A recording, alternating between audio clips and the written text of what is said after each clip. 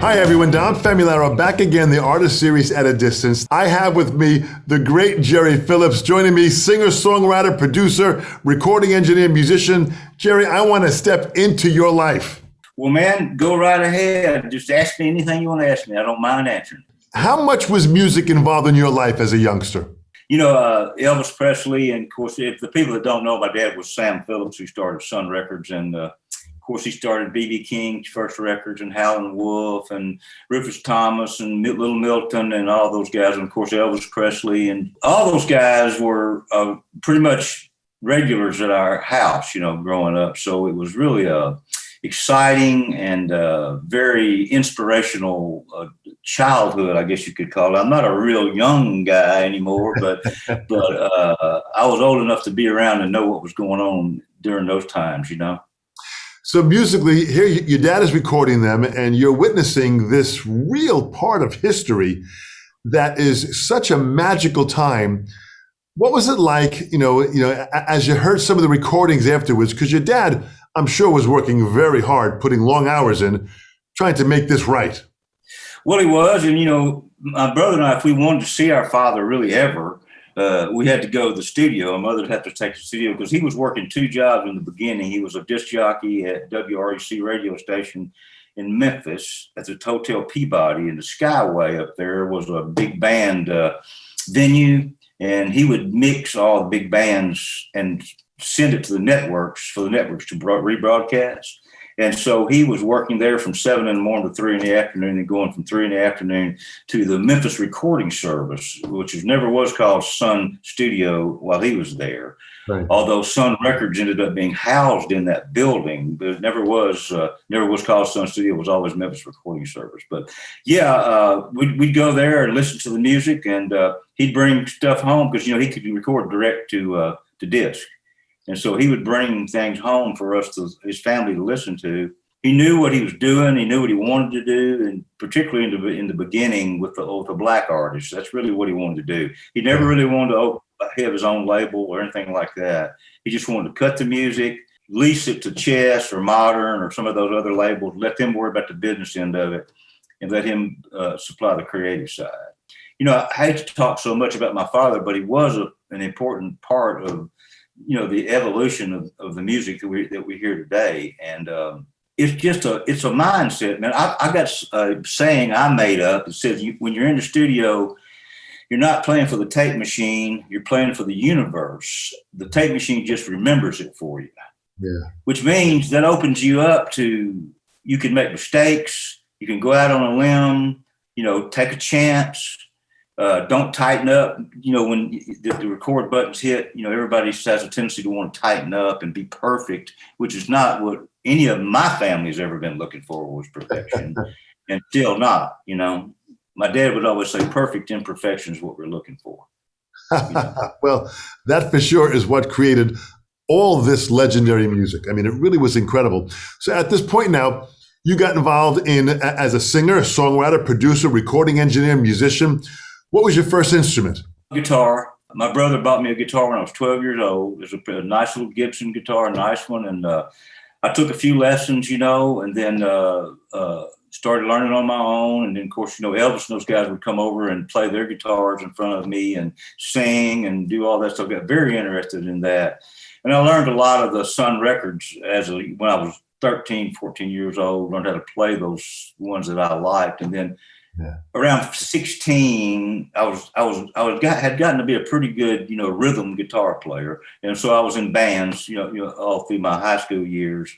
I told somebody the other day if I had to go to a deserted island, and I could either take a woman with me, and I know this is politically incorrect these days, or my guitar.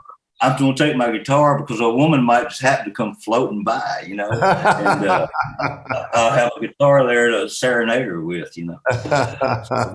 What's interesting is that at this time that you're playing, you were in bands like the Jesters and Jimmy Day and the Knights, the Escapades. These were the early bands that you joined at the age of about 15? Yeah, 16. When I was old enough to drive, you know, get to the gigs.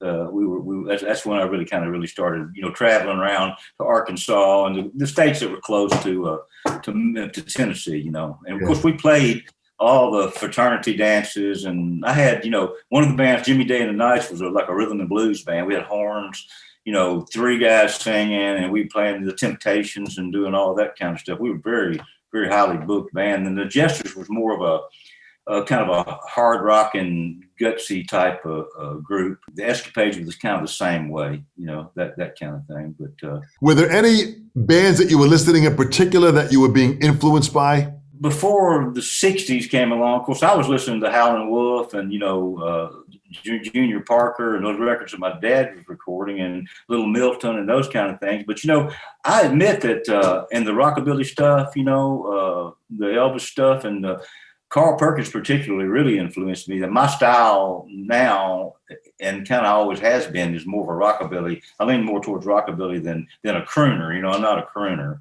Right. But rockabilly kind of is what I really do like. But I was listening to the Beatles. I mean, how can you leave the Beatles out of this situation? And I know I sat down a few separate times thinking that those Beatles songs were simple. And they're not really simple, when you start trying to play the guitar to those things. There's a lot of chords in those things. Yeah. And moving one finger, just one fret. I mean, it's a lot of stuff going on there. So the Beatles, I thought the Beatles were great. It definitely was a powerful wave when they hit with the British invasion. But Memphis has got such an incredibly rich history in the music industry. Well, there's no doubt about that. And Memphis is an independent town. It always has been and always will be. And I know Dan Penn, a good friend of mine, he wrote Dark End of the Street and a whole bunch of I'm Your Puppet and a lot of songs like that. Somebody asked him what was the Memphis sound. He said, well, he was real country, He said, well, we just don't let anybody tell us what to do, And so that pretty much sums up Memphis, or used to be Memphis. I think it's still the same way. There's a lot of independent spirit going on here now. I think most of the local musicians, even the really young ones, are proud, to be from Memphis and to be in Memphis. And, Memphis has always been, it's been an independent label town. There's not that many independent labels now here. There are some, but never been one to follow the corporate mentality, right, in music. And I'm not putting any corporations down. I'm just saying that that's just not the style of Memphis, So it seems like there's a real natural musical, almost like the core of just feeling the music as deep as you can and just playing what you feel and doing it your own way. Yeah, that's a big part of it. That's a lesson some of these young people can learn, is that don't try to imitate anybody, number one, and just be yourself. And like going back to my dad again, Don, we were at a party one night and with a big rock band. I'm not going to mention their names, who they are, but one of their a manager of theirs came up to my dad and said, Mr. Phillips, what's the secret of rock and roll? And we'd been drinking a little bit that night. Everybody had been drinking, and he just, my dad had his evangelical looking eyes. He could look right there like a preacher or something. He said, well, son, you got to reach way down inside yourself and pull it out of your rear end and go get it. And so I thought that was a great definition of rock and roll music, and any kind of music really that you're giving it all that you got. I've never forgot that. And when I'm in the studio with anybody, I try to get that same message across that, hey, we're not doing what's already been done. We're not even interested in doing what's already been done, so give me what you got. Boy, Jerry, it's really amazing because, you are really a special person in our music industry because you witnessed a time that was the shift of music in American culture, which eventually became world culture. At that time that you witnessed right on, you had a front row seat to this incredible opportunity. How has that shaped you as a musician and as an engineer yourself? It's shaped me in every way you could possibly shape anybody. I mean, that is the basis of my foundation of everything I try to do, is be independent. Don't go down the path that's already been beaten.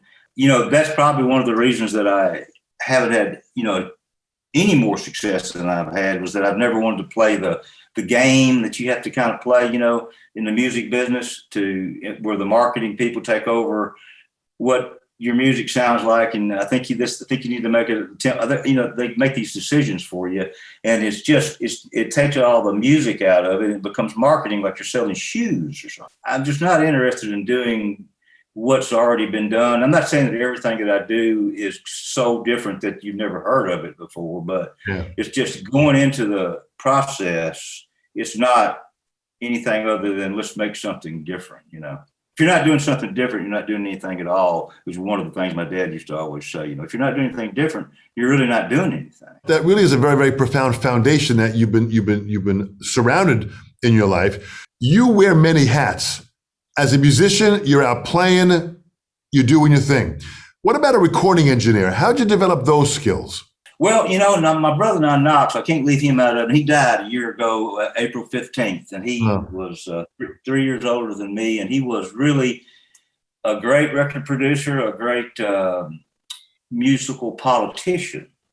He really was involved in all the politics of music in Memphis. You know, we both got into the engineering end of it by starting off keeping the tape log for our father. Yeah. When we moved into the Sam Phillips recording studio in 1960, that's where, after he outgrew this, he never owned the Memphis Recording Service building. He always rented that place. And then when he made some money, he built a multi-million-dollar, well, then it was like, I don't know, it was $800,000 or something, but in 1957 or 8, that was a lot of money, you know. But you sit there and, you know, start the tape, and then if there was a false start, you put FS, you keep the tape rolling, but you write FS on the false start or quit in the middle or whatever. You notate all the things that was happening on the session. And then when you wanted to go find the cut, you just look at the log and go back and find it. And so we got our start that way by just observing, you know, him engineering, some of the people that he might have had engineering for him in there, like Stan Kessler was an engineer, and Jack Clement was an engineer there. And so watching all these people and how their different styles of engineering and how they became part of the band. Yeah. You know, not just a guy watching the meters. And my dad and those guys were as much a part of the process of recording the music of it as the musicians were. And that's kind of my instructions to myself is, you know, I'm part of this band here that's in the recording. And it's my job to play along with them the best that I can with the job that I'm doing. You know, I'm not doing a lot of engineering anymore. It's a young man's game. You know, I'm not saying I'm old or anything, but, you know, 10 and 12, 14 hours a day in the studio, it can get pretty tiring, you know, it really can. Well, it sure can. And it has changed dramatically. From what you've seen in your lifetime, the changing of the recording industry, I mean, from direct to disc to Pro Tools, this is absolutely incredible. It really is. And like I said, it's great. The software and all this, the stuff you can do is fantastic, what you can do without having to bring a razor blade out, you know, but still, you know, you can, and I'm not complaining about it, but you can do one chorus and then take that chorus and not ever have to sing it again. Just move it. Absolutely. Absolutely. You know, and I don't know, there's something about that bothers me. I know that it's easier that way. But, you know, each one of those choruses is a little different than the other one, even though they might sound exactly alike.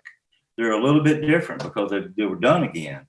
And so there's magic in there, man. There's magic in there. And I you know, when I see some of these artists on these award shows that are singing flat or sharp, and it's never that way on their record, you know. But, you know, of course, we know that they've been tuned, you know. And so it's just, that's cheating a little bit. You know what I mean? And it's cheating a little bit. My dad had a record, I think it was a little Junior Parker record, that had a telephone ringing in the middle of it because his secretary was not there to answer the phone and the walls were not all that thick. And he left it in there. And the band said, "You can't leave that phone ringing in the middle of that song." He said, "Do you think I'm going to throw away the best cut we've got just because there's a phone ringing in the middle of it?" No, I'm not, you know? So that's pretty basic right there, man. And you know what? Nobody ever complained about that telephone being in there. Nobody even knew that it wasn't supposed to be there. What is it like when you get involved with songwriting? How do you get involved with songwriting? What inspires you to write a song? How do you open up your creative process? My creative process usually, I'm all ears most of the time, and I usually start with the song title. If I hear something very, really interesting, I'll start with that, or I'll start with a chord progression that I really do like, and then I'll go back, look through my list of song titles that I've got and say, which one of these really maybe fits this? Some of them are true life stories, some of them, kind of true. Others are totally made up, But I just wrote one called "You're Still My Number One Girl," and I wrote it during this pandemic thing, thinking about all the people that tour, and they're all over the world, and there's opportunities, everywhere for these guys and us, but generally they always have when they get back home, they've got a number one girl, you know what I mean? So I've got the song called "You're Still My Number One Girl." It's a really kind of a rock and roll rocking song. I really liked it a lot. I was excited, and I wrote it actually I had COVID back in December. Oh, really? And as soon as I came out, during the whole time I was in for 18 days, and I had not one creative thought through that whole process. I thought maybe I'll spend that time writing or something, but I just couldn't. I had no creative thoughts at all. And as soon as I kind of came out of that song jumped right out at me, because I was thinking about getting back on the road or whatever. The people that were off the road, I'd been talking to all my buddies who had, European tours booked that was going to be their income for the year, gone, man, gone. And I know I'm not telling you anything new, but my creative process is generally, and I really do love to co-write, especially with a guy that's maybe a little better than I am as a musician, with chord inversions and stuff like that, because, you can play a C chord, but you can put a different inversion on it and it's a different sound. And so I like co-writing a lot, because I have a tendency to write half of a really good song, and then I need a little help, and then other times the whole song will just come, it'll just be there, but I enjoy the co-writing process. I really do. Well, it's amazing how versatile you are in the industry with all that you're doing, which is very exciting. Now, talk about the radio stations. This is a whole nother great story. Well, it is, man. My dad started out in radio. That's how he started, was in radio at a radio station in Muscle Shoals, Alabama. And my mother was already on the radio there as a ukulele player and a singer, and her sister was a piano player. They had a radio program. And my dad walked in, and they fell in love, but that's kind of a quick story. But the guy that owned that radio station, the general manager of that radio station, saw my dad introduce. He was the leader of the band, a Coffee High School band over there. And he saw him introduce a program over there. And he said, "Man, you got a really good voice. You should get to radio." So to make a long story short, he got into radio, started in radio, fell in love with it, moved from Florence, Alabama to Decatur, Alabama in radio. That's kind of how you do. You move up a little bit. Then from Decatur to Nashville to WLAC, and then to Memphis, WREC.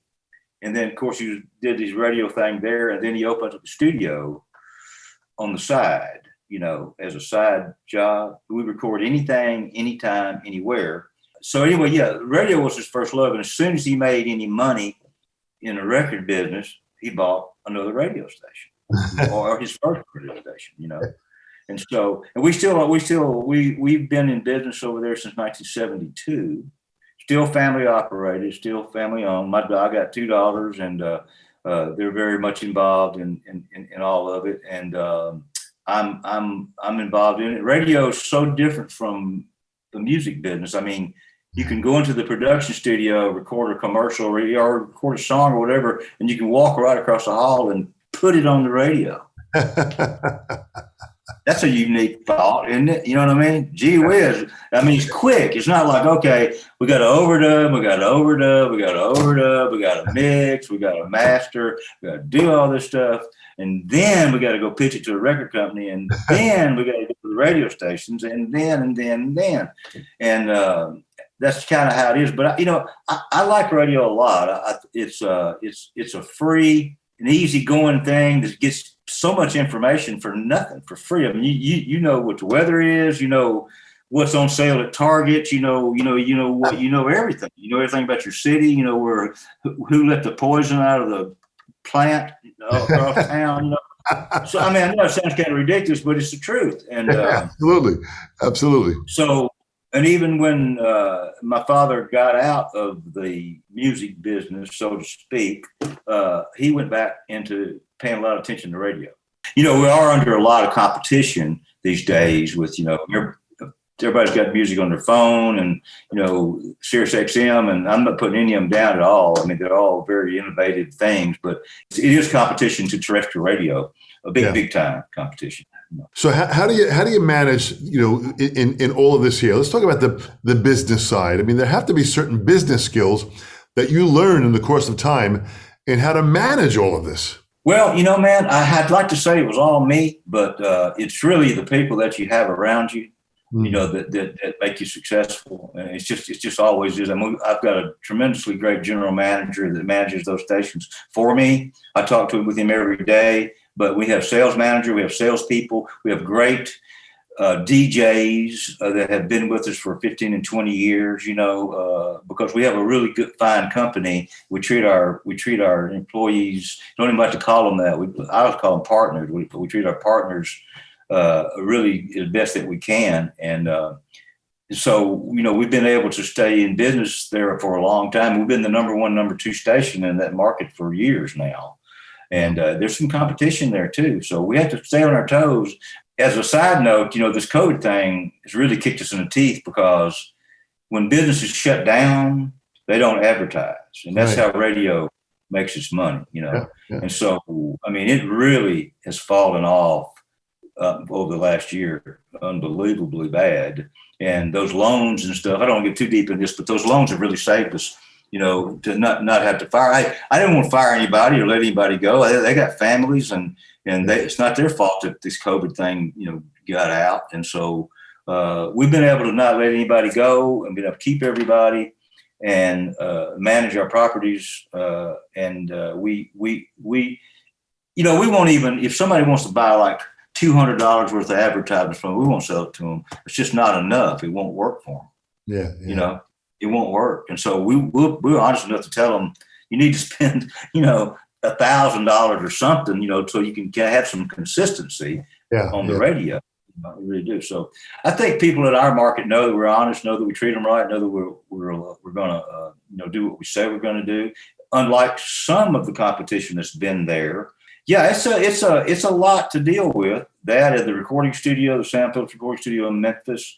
We've been there 61 years now. We do mastering, vinyl mastering there. A company called Takeout Vinyl is in our building. A guy named Jeff Powell, and his business is really kicking up a lot. He's been remastering a lot of stuff for record companies. A lot of stuff for old stuff's already been released years ago. Now they want to re-release it on vinyl again. So it's really something, man. It's amazing.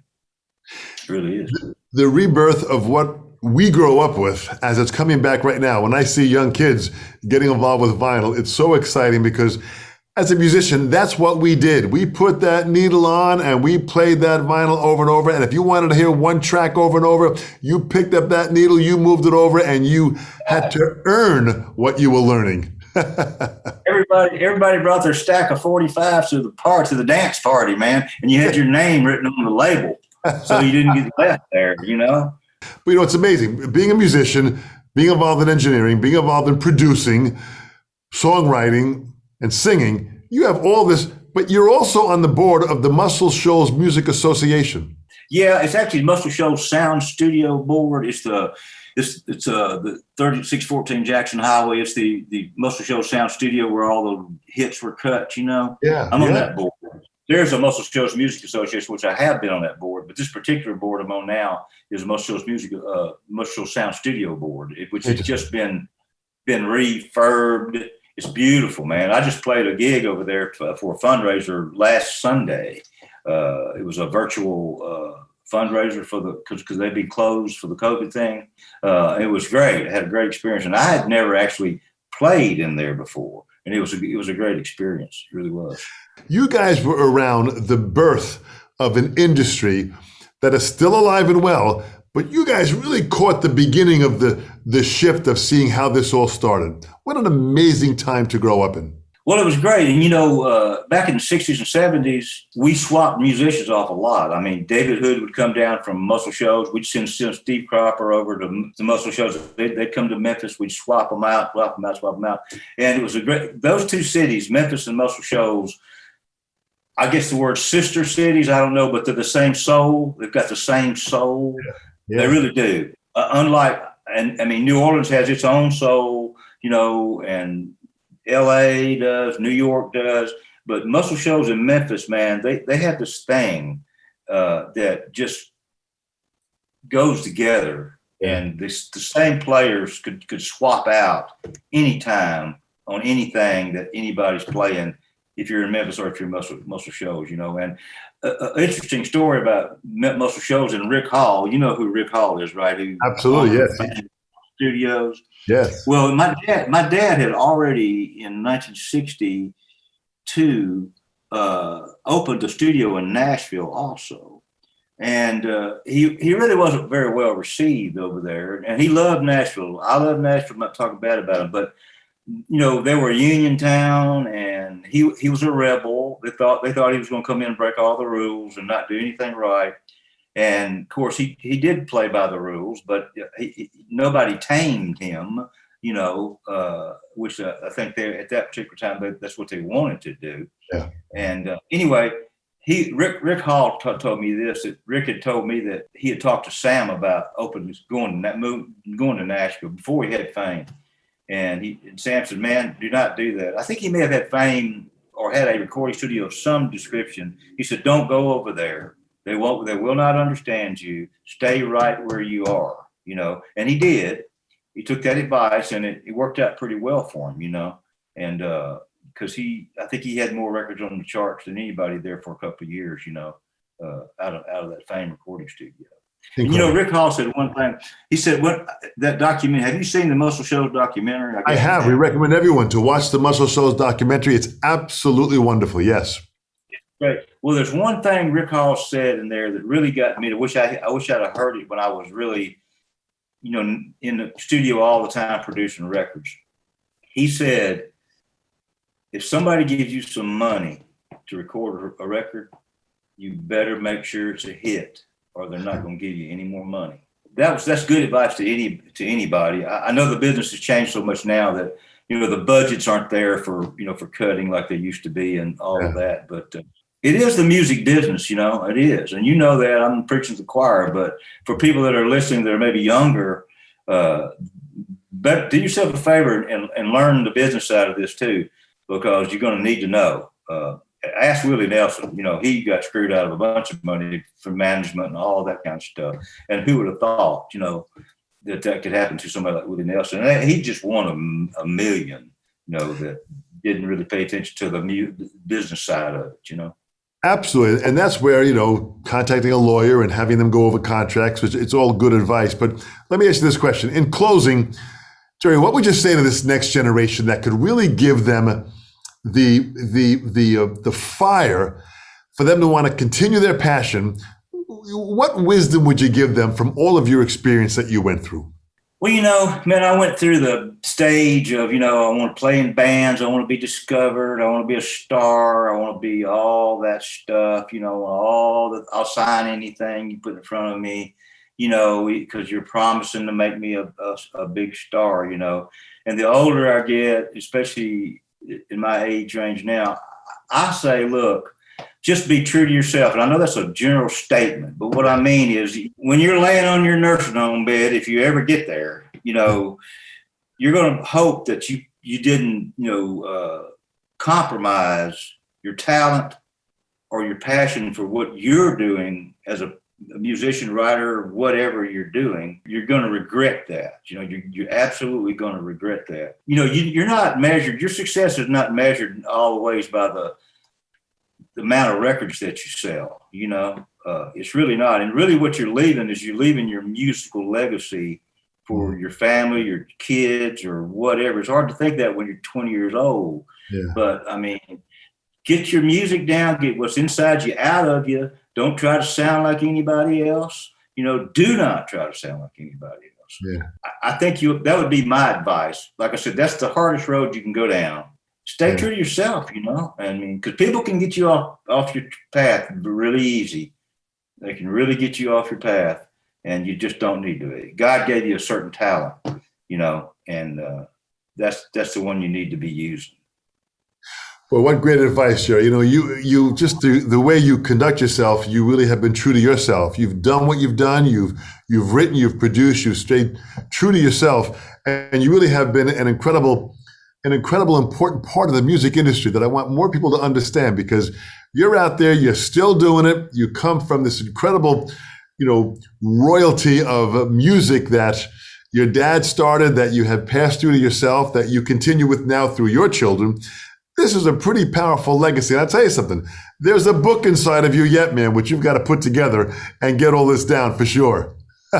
Well, man, I tell you what, before we close out, I do want to say again that my brother Knox Phillips was the keeper of the flame of our history. And he's the one really that got Peter Guralnick, who wrote the book, you know, Sam Phillips, Man Who Invented Rock and Roll. I don't know if you know Peter or not. I do not.